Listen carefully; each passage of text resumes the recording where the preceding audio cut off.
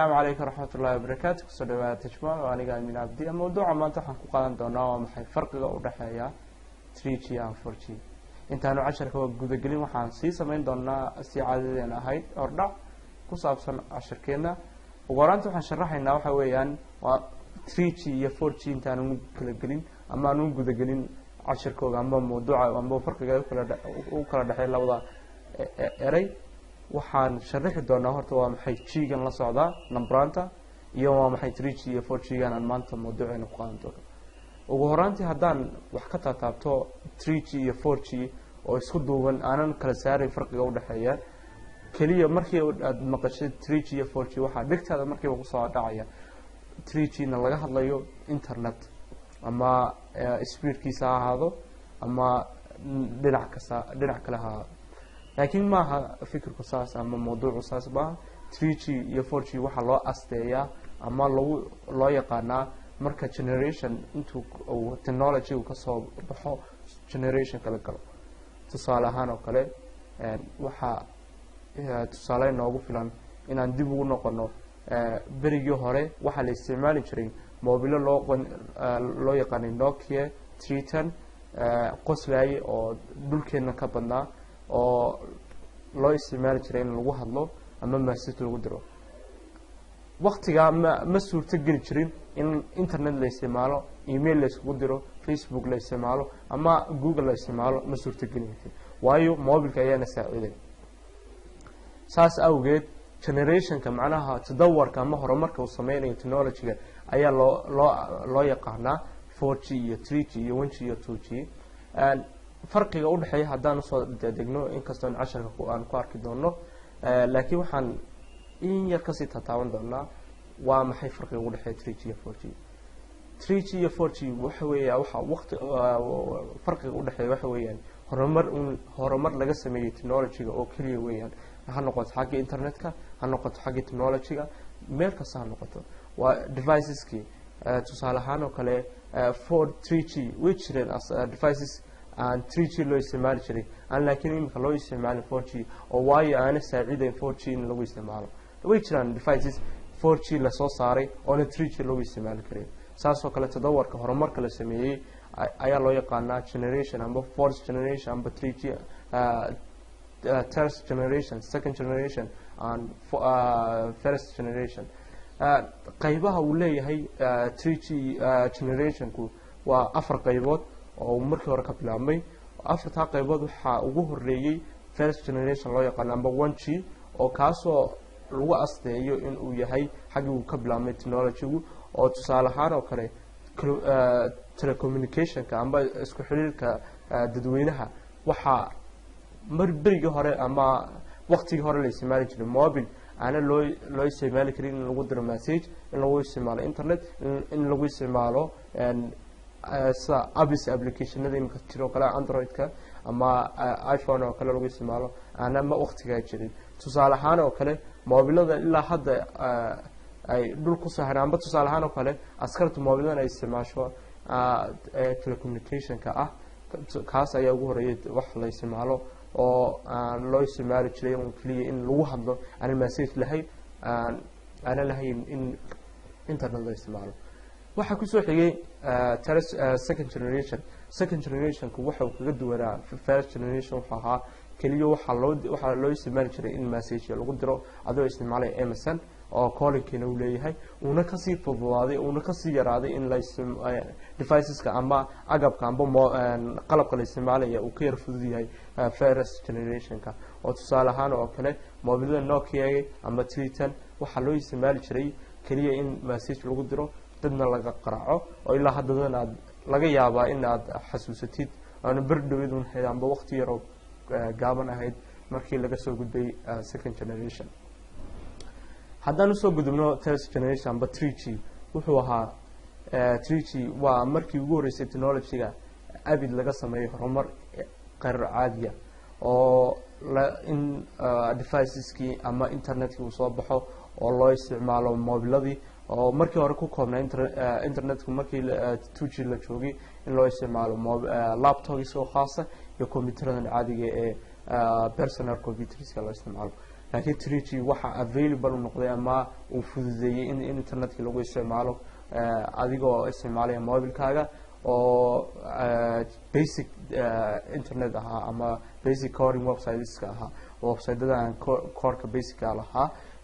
maxaa loo isticmaali jiray in tusaale ahaan oo kale aad loo soo qurxiyo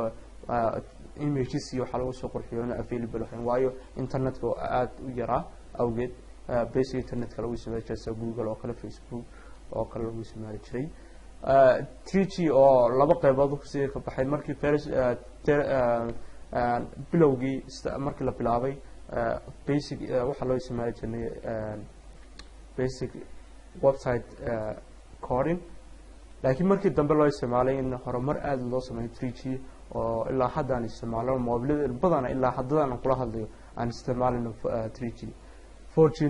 oo hadda ma gordhaweed uu soo baxay oo isuna laba qaybood leeyahay insha Allah aan 10 ku sharxi doono 4G waxa uu kaga duwan yahay horumar qeyr caadi ah la sameeyay oo 3G ka sii badan oo xagga internetka kale hadaan u soo leexano waa internetka waxa lagu asteeyaa in maximumka dawladka internetka speedkiisu qayb caadi ah oo lagu isticmaalo loo asteeyay inuu yahay 86 megabyte per second inaad isticmaali kartid aanad upload ku sameyn kartid 28.8 megabyte per second xagga 3G ka bilaabo xagga internetka ah waa maximumkiisu yahay 1G haddaan inta kaga imaano qaybihiisa kala duwan waxaan u soo daadegi doonaa waa maxay 3G ama 4G oo imika ah horumarkii ugu horeeyay horumarkii ugu weyn ee laga sameeyay internetka ee hadda jira dalkeena Soomaaliya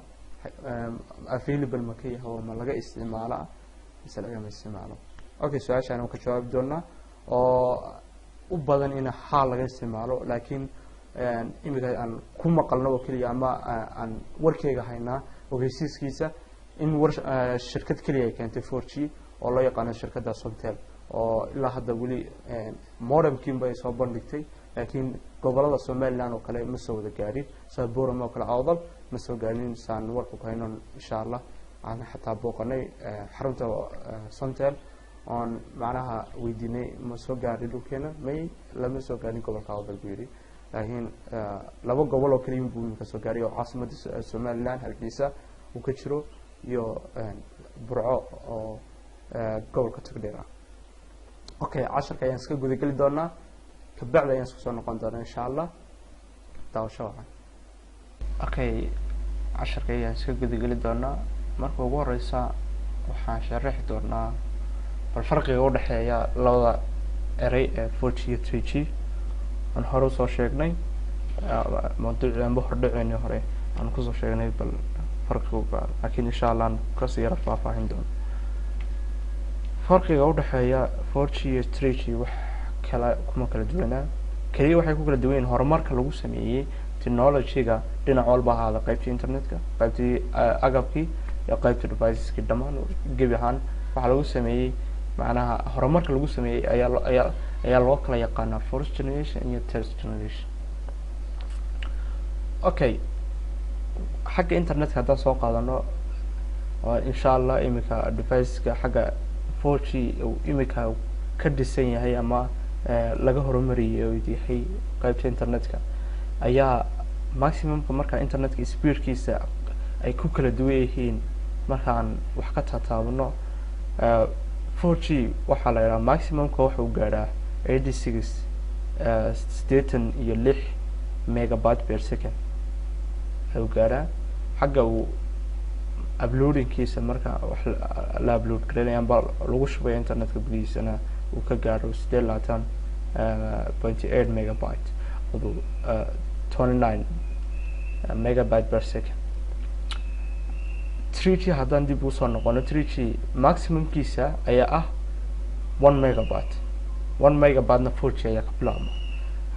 xagga maximumkiisa 1 megabyte yahay iska daa xagga hoose haddaan minimumkiisa ka hadalno 3G okay haddaan dib ugu noqono qaybaha uu leeyahay generationkani afar qaybood baa adduunka soo maray oo ugu horaantii uu ka mid yahay first generation ama generationkii ama tadawarkii ugu horreeyay lagu sameeyay qaybta technology-ga oo dhan dhammaanteed oo dhinaca internetka dhinacii agabkii ah. Okay, first generation waxa available u ahaa san hordhaceen ugu soo sheegnay kaliya in la helo mobile calling oo kaliya leh anaha lagu hadli karo sa mobilada ilaa hadda isticmaalaan booliska ayna lahayn sending messageska aan lahayn caadi lagu hadlo haddaan tusaale ahaan oo kale sawiraantiisa idin tuso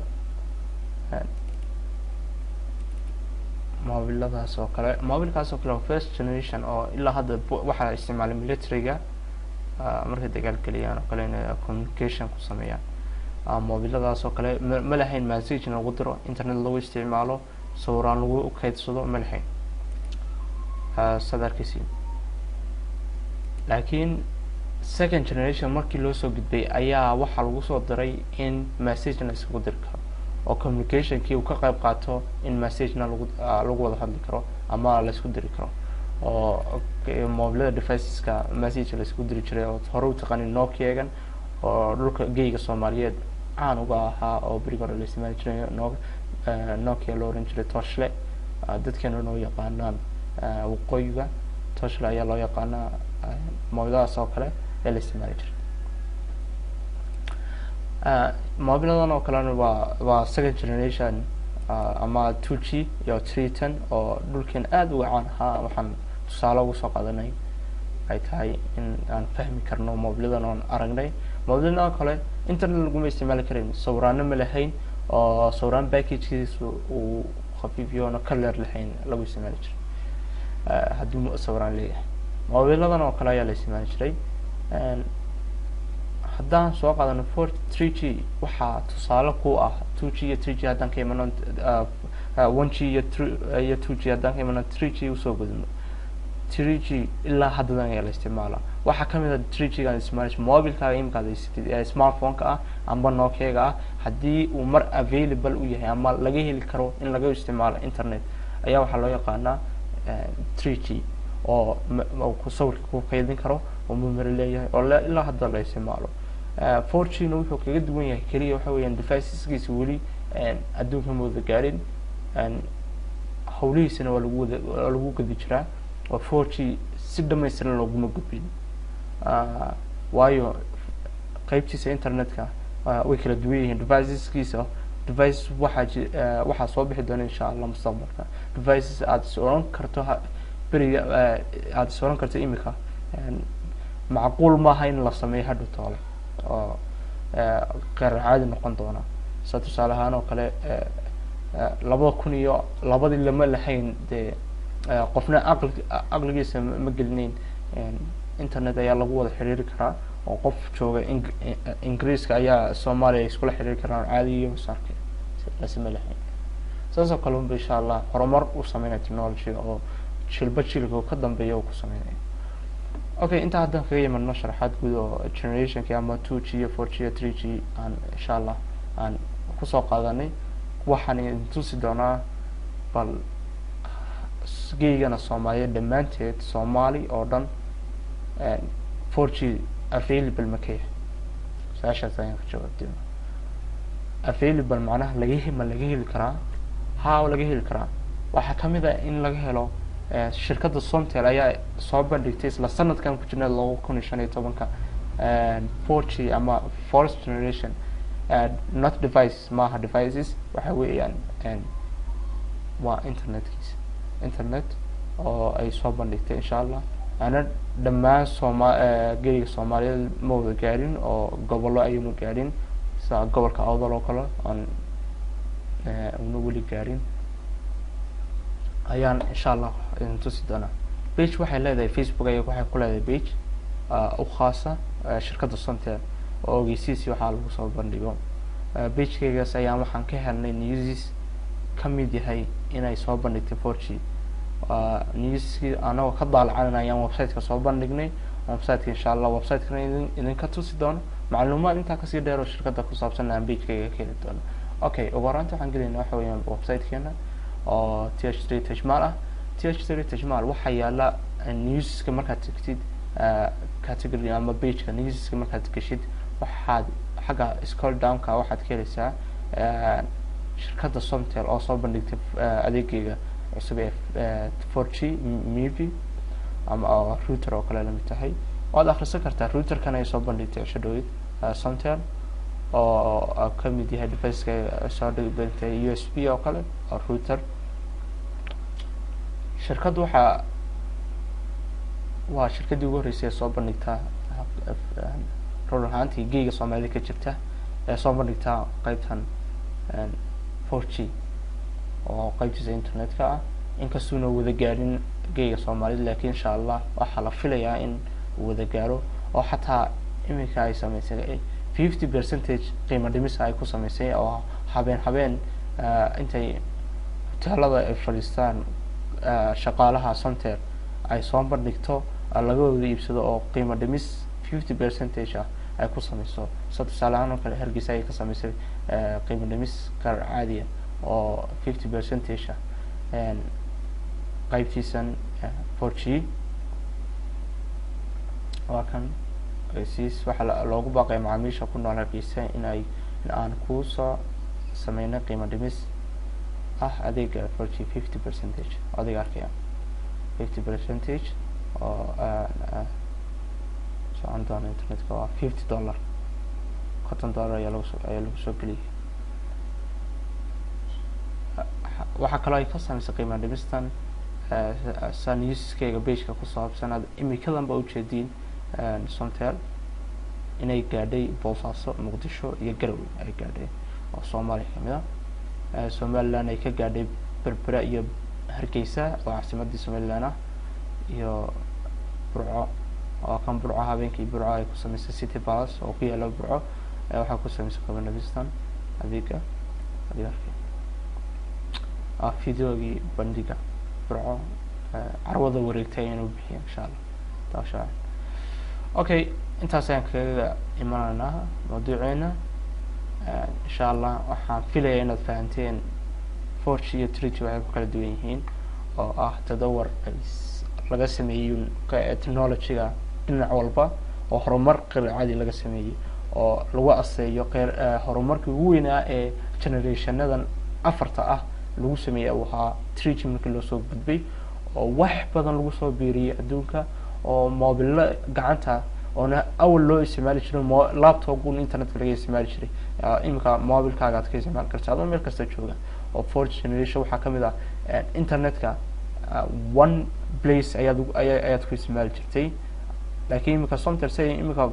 router-keegan aan insha Allah idin tuso router-keegan waxaad u qaadan kartaa meel kasta adigoo ku isticmaalaya xawaari aanan isdhimi karin oo sidaad arkayseen isticmaal kara wireless-ka 5 qof oo kaliya ilaa 10 qof ay ku isticmaali karayeen router-ka yar oo kale oo chat garaysanaysaa meel kasta ay la tagi kartaa insha Allah markuu gobolka soo gaarno insha Allah 10 ayaan ka sameyn doonaa router-ka ay soo shaqeeyo wadayna intaas ayaan maanta ku joojin doonaa. Assalaamu calaykum waraxmatullaahi wabarakaatuh.